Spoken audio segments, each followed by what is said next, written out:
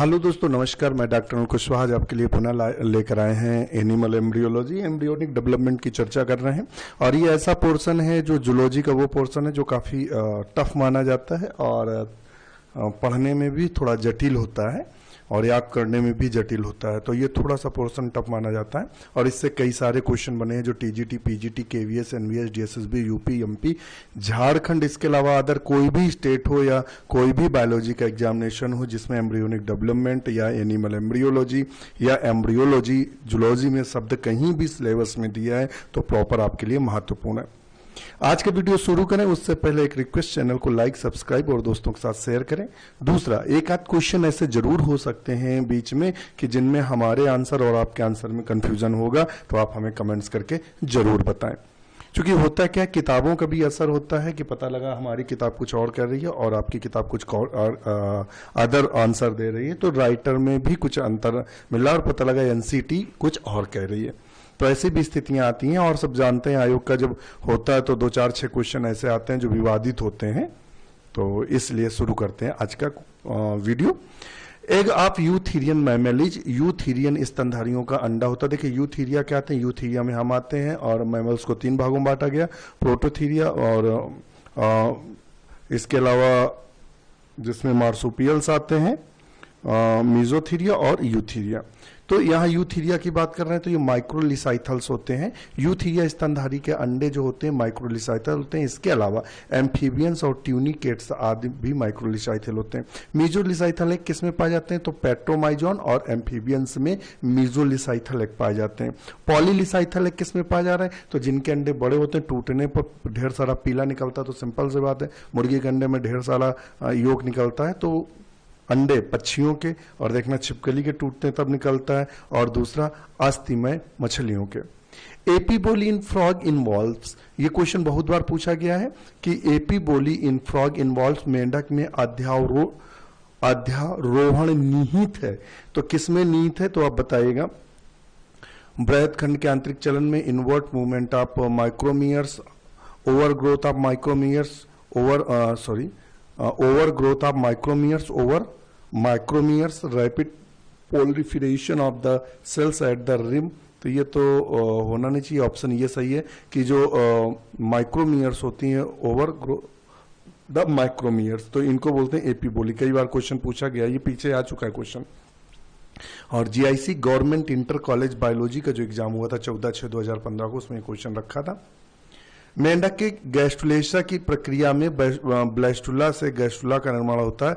Gastrulation क्या होता है? गैस्ट्रुलेशन की प्रक्रिया में एपीबोली, भी पूछा गया है कि एपीबोली किस में होता है तो गैस्ट्रुलेशन में होता है। ये क्वेश्चन पीछे हम बता चुके हैं कि एपीबोली फाउंड इन गैस्ट्रुलेशन। इम्बोली के द्वारा पूर्ण होती है यह प्रक्रिया, एपीबोली व इम्बोली के द्वारा पूर्ण होती है। माइक्रोमियर्स पर फैलने की क्रिया को एपीबोली कहते हैं, अर्थात मेंढक के एपीबोली में बृहद खंड के ऊपर लघु खंड की अत्यधिक वृद्धि हो जाती है। तो ये पूरा याद रखना, इससे 3 क्वेश्चन तैयार होते हैं कि ये किस स्टेज में पाया जाता है, गैस्ट्रुला में, किस में, मेंढक में। होता क्या है, माइक्रोमियर्स के ऊपर चढ़ जाती हैं, ये भी ध्यान रखना। हीमोफिलिक, ये देखिए उसका क्वेश्चन आ गया है फिजियोलॉजी का और खासकर जेनेटिक्स का। Haemophilic man marriage a woman carrier heterozygous the haemophilia what would, ये आप कर लीजिएगा, ये तो आपको जब पढ़ेंगे तो कर लेंगे, बिल्कुल सिंपल सा है। ये दिखा रहा है हीमोफीलिया पुरुष है तो उसके एक्स पर लगा हुआ है, और ये हीमोफीलिया वाहक है उसके एक एक्स पे लगा है। तो इस पे क्या होगा, जो लड़कियां हैं एक वाहक होगी और एक कंप्लीटली पुत्री वो होगी, और जो लड़का होगा एक हीमोफीलिया होगा, एक सामान्य पुरुष होगा। देख लीजिएगा आप करके इसको। Under normal condition the Metamorphosis in Rana tigrina is completed in about, सामान्य दशा में राना टिग्रीना यानी मेंढक में कायांतरण पूर्ण होता है लगभग कितने दिनों में पूर्ण होता है तो कायांतरण पूर्ण होता है 1 महीने में। कायांतरण एक ऐसी जीव वैज्ञानिक प्रक्रिया है जिसके द्वारा किसी जंतु के पैदा होने, अंडे से निकलने के बाद कोशिकाओं में बढ़ोतरी होती है और उसके शारीरिक ढांचे में कम समय में बड़े परिवर्तन आ जाते हैं। मेढक का बच्चा से टैडपोल मेटामॉर्फोसिस करके मेढक बन जाता है। सामान्य दशा में राना टिग्रीना मेढक का कायांतरण लगभग 5 सप्ताह का होता है, अतः लगभग 1 माह कहा जा सकता है। 5 सप्ताह का होता है। ये भी GIC बायोलॉजी 14/6/2015 में पूछा गया क्वेश्चन है। इन चिक द एम्ब्रियोनिक रिस्पिरेटरी ऑर्गेनिज, कुक्कुट में भ्रूणी श्वसनांग होता है। देखिए क्वेश्चन कई बार पूछा गया है, तो वो कौन सा होगा? वो होगा एलेंटोइस। एलेंटोइस एक तो वो होता है, दूसरा ये क्या होता है? दूसरा ये एक्सक्रीटरी ऑर्गन्स का भी काम करता है एलेंटोइस, ध्यान रखना। और जो एमनियोन होता है उसका कार्य क्या होता है? ये बाहरी आघातों से बचाता है। और कोरियोन का काम क्या है? ये प्लेसेंटा के निर्माण में भाग लेता है, ध्यान रखिएगा। अब हमारे जो क्वेश्चन आएंगे वो आएंगे प्लेसेंटा इन मैमल्स। अब जो मैमल्स के प्लेसेंटा से क्वेश्चन बने आपके सामने है, ये देखिए लिखा हुआ है प्लेसेंटा इन मैमल। देखिए पूरा का पूरा जो एम्ब्रियोनिक डेवलपमेंट है हमने चैप्टर वाइज जो उसके टॉपिक वाइज इसको डिवाइड करके रखा है। पहले हमने इसमें पढ़ा था स्पर्मेटोजेनेसिस, और अब पढ़ रहे हैं, उसके बाद पढ़ा था डिफरेंट टाइप एक, आप पढ़ रहे हैं प्लेसेंटा इन मैमल्स, इसकी चर्चा कर रहे हैं। Match list first and second the correct answer for code given below. तो एलेंटोइस का काम क्या है? अभी हमने बताया था। तो एलेंटोइस का काम है एक्सक्रीशन का, और एमनियोन का काम क्या है? प्रोटेक्शन का। योगसाइक का काम क्या है? नरिशमेंट का। कोरियोन का काम क्या है? तो ये फ्लूइड इन्वायरमेंट दे सकता है, तो आप इसको देखेगा, ये दिया है। कोरियोन सुरक्षा प्रदान करता है, और एलेंटोइस उत्सर्जन करता है। योगसाइक पोषण देता है। एमनियोन क्या करता है? फ्लूइड इन्वायरमेंट देता है। थोड़ा सा इसमें मैं कंफ्यूज था इस पे और इस पे। कोरियोन सुरक्षा देता है और एमनियोन फ्लूइड इन्वायरमेंट देता है। ये तो ये इसका सही होगा। जोनडी प्लेसेंटा अकरें, तो जोनडी प्लेसेंटा कार्निवोरस में देखने को मिलता है। तो कार्निवोरस में जो जोनडी प्लेसेंटा देखने को मिलता है, तो ऑप्शन इसका बी बिल्कुल सही होगा। मांसाहारी स्तनियों में देखने को मिलता है। जोनडी प्लेसेंटा जो होता है मुख्यतः मांसाहारी प्रकार के स्तनधारियों में पाया जाता है। जोनडी प्लेसेंटा में फीटस पूर्ण या अपूर्ण रूप से ऊतक बैंड से जुड़ा होता है। यह मांसाहारी जंतुओं जैसे कुत्ते, बिल्ली आदि में देखने को मिलता है। इसके अलावा ये सील, भालू और हाथियों में भी देखने को मिलता है, हाथियों में भी पाया जाता है।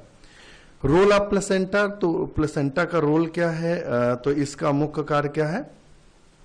तो इसका डी होगा, to provide nutrition for development embryo, विकसित होने वाले भ्रूण को भोजन प्रदान करना।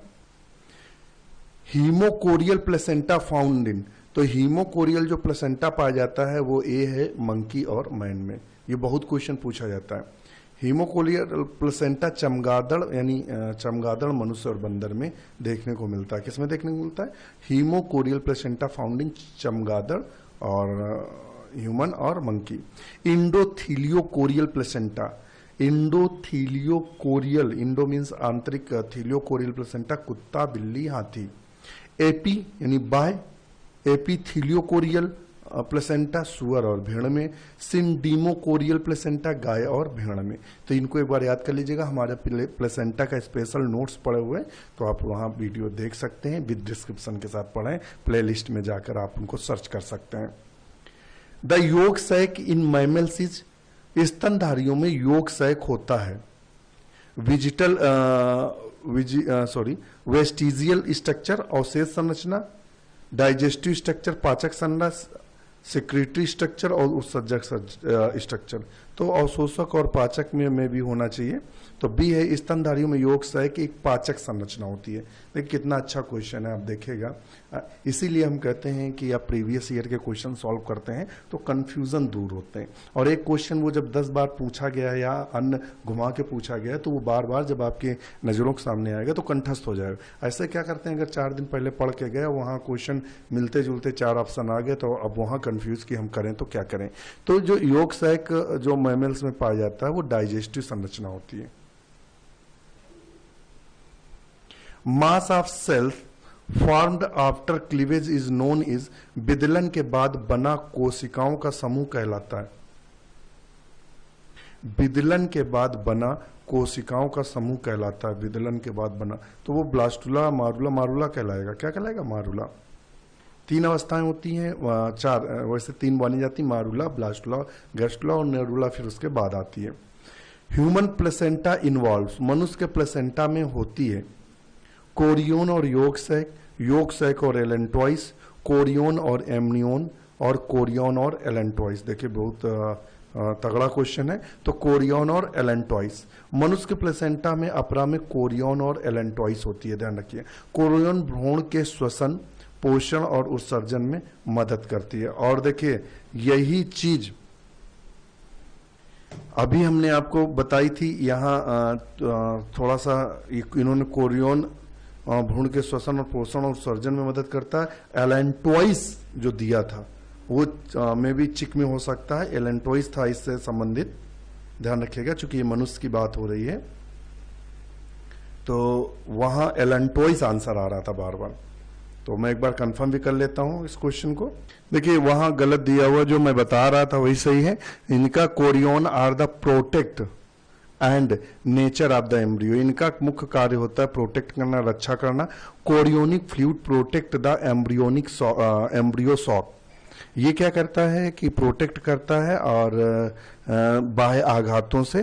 Chorionic villi allow the exchange the nutrients, और एक्सचेंज करता है न्यूट्रिएंट्स पदार्थों का। Oxygen based product with the mother, तो एक्सचेंज करने का भी काम करता है। दूसरा, अब हम लोग चलते हैं कोरियोन में, आपको दिख रहा होगा ये।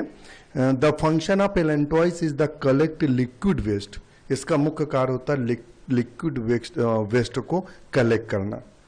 तो लिक्विड वेस्ट कलेक्ट करता है, waste from the embryo as well as exchange gas used the embryo. ये तो आप समझ गए होंगे एलेंटॉइस और कोरियोन। तो कोरियोन का मुख्य कार्य आघातों से बचाना और एक जगह से दूसरी जगह ट्रांसफर करना। तो थोड़ा सा क्लियर ये हुआ कि जो एलेंटॉइस होता है उसका काम होता है लिक्विड को कलेक्ट करना, वेस्ट लिक्विड को अपने अंदर समाहित करना, और एक्सचेंज गैसियस एक्सचेंज करता है। कोरियोन का काम होता है बाह्य आघातों से बचाना, और दूसरा क्या करता है कि ट्रांसफर भी करता है, जो भोज्य पदार्थ होते हैं उनको ट्रांसफर करने का भी काम करता है। तो ये 2 चीजें हमें पता चली। तो यहाँ देखिए दिया है कोरियोन भ्रूण के श्वसन, पोषण, उत्सर्जन में मदद करता है। एमनियोन जो होता है, एमनियोन भ्रूण को सूखने और बाहरी आघातों से सुरक्षा प्रदान करता है। एलेंटॉइस भ्रूणी भाग के गर्भाशय से भ्रूणी के लिए पोषण ऑक्सीजन को ग्रहण करता है। तो यहाँ थोड़ा सा कंफ्यूजन है, जो मैंने बताया उसको आप ध्यान रखिएगा, इसीलिए हमने उसको चेक भी किया था कि ऐसे तो कंफ्यूजन कर देगा कौन क्या करता है। तो एक ये भी बड़ा महत्वपूर्ण क्वेश्चन बना कि जो ह्यूमन प्लेसेंटा में इन्वॉल्व रहते हैं, तो कोरियोन और एलेंटॉइस, यानी सियाल बोल सकते हैं, सियाल का मतलब कोरियोन और एलेंटॉइस, ये दोनों संबंधित होते हैं। तो ये पीजीटी बायोलॉजी 2011 में पूछा गया है। The foetal membrane which form placenta in eutherian mammal, तो बताइएगा। तो उसका ऑप्शन बी सही अभी देखिए आया था, पीजीटी 2009 में पूछा गया, सेम क्वेश्चन पीजीटी बायोलॉजी 2011 में पूछा गया है। यहाँ यूथेरियन दे दिया है, यहाँ मनुष्य दिया है, तो वही है एलेंटोकोरियोन। क्या बोलेंगे? एलेंटोकोरियोन। नेक्स्ट क्वेश्चन देख लेते हैं। Which type of placenta is found in APs, तो किस तरह का होता है? तो एलेंटोकोरियोनिक हो गया। देखिए ये तीसरा क्वेश्चन आया है, वही क्वेश्चन 2000 राजस्थान पीएससी बायोलॉजी में 2015 में एक ही क्वेश्चन आप देख रहे हैं, 3 बार अभी देख रहे हैं, सिर्फ अंतर उसने पूछा, यहां उसने एपीज पूछ दिया है। एलेंटोकोरियोन क्या होता है? एलेंटोकोरियोन।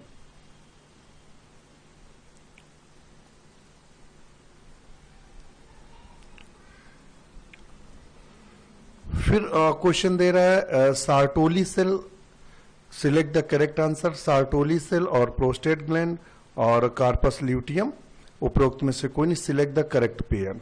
सार्टोली जो सेल्स होती हैं, प्रोस्टेट होती है, टेस्टोस्टेरोन, कार्पस ल्यूटियम, प्रोजेस्टेरोन, तो ऑप्शन सी सही है।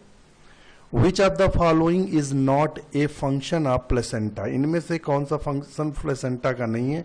सेक्स स्टेरॉइड सिक्रीशन, लिंग स्टेरॉइड का स्रावण करना, और या FSH और LH सिक्रीशन करना, तो ऑप्शन बी इसका सही है। The placenta found in cow and goat is, cow और गोट में जो प्लेसेंटा पाया जाएगा वो कौन सा प्लेसेंटा देखने को मिलता है? तो जोड़नी तो है नहीं, तो इसमें से हमारे हिसाब से ए सही होना चाहिए, देख लेते हैं। ए ही सही है। कोटिलेडनरी प्लेसेंटा भेड़, बकरी, भैंस, गाय, जिराफ, ऊंट आदि में पाए जाते हैं। जोंडी मांसाहारी में पाए जाते हैं, और इसके अलावा हमने आपको बताया था कि हाथी में भी पाए जाते हैं, कुछ शाकाहारी जैसे हाथी में पाया जाता है। तो कभी कभी ये भी अगर आपको पता लगा मांसाहारी याद किए हैं और वो शाकाहारी में पाया जा रहा है तो ये समस्या हो सकती है। तो ध्यान रखना कि जो जोंडी होता है, हाथी एक ऐसा है जो एक्सेप्शनल केस है, ये भी आप अपने मस्तिष्क पे रखिएगा। True placenta is found in, तो ट्रू प्लेसेंटा किस में पाया जाता है? ओनली यूथीरिया में, केवल यूथीरिया में ट्रू प्लेसेंटा पाया जाता है।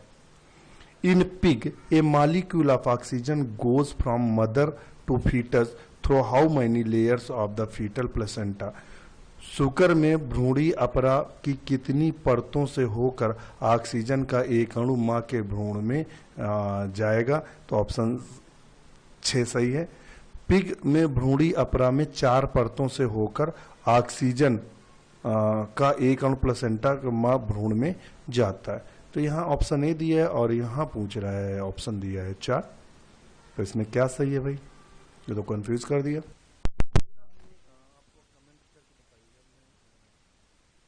तो फिर बाद में चेक करता हूँ, आपको बताइएगा कि इसका तो इसने ए दिया है और 4 उसने वो दिया है, परतें दिया है, तो इस हिसाब से 4 में सी आना चाहिए, और इसने ये तो कंफ्यूजन में ही क्वेश्चन है। तो 182 का आंसर आप करेंगे। नेक्स्ट क्वेश्चन है, which of the following function as a chemical for the utilisation of the egg albumin in chick embryo, कुक्कुट भ्रूण में निम्नलिखित में से कौन अंडे के पीतक को उपयोग में लाने हेतु एक नलिका की भांति कार्य करता है? बताइएगा इसमें कौन सा नलिका की भांति करता है? तो एलेंटोइक कैविटी आंसर है। कुक्कुट भ्रूण में एलेंटोइक कैविटी अंडे के पीतक के उपयोग में लाने के लिए एक नलिका की भांति कार्य करता है। Fallopian tube of rabbit are lined by, सशक की डिंबवाहिनी नलिकाएं स्तारित होती हैं सिलिएटेड एपिथेलियम से, क्यूबॉइडल एपिथेलियम से, स्क्वामस एपिथेलियम से, फ्लैजलेटेड एपिथेलियम से। तो इसका आंसर आप हमें कमेंट्स करके बताएंगे। इसका आंसर आपको नेक्स्ट वीडियो में उपलब्ध कराएंगे। इसी के साथ नमस्कार।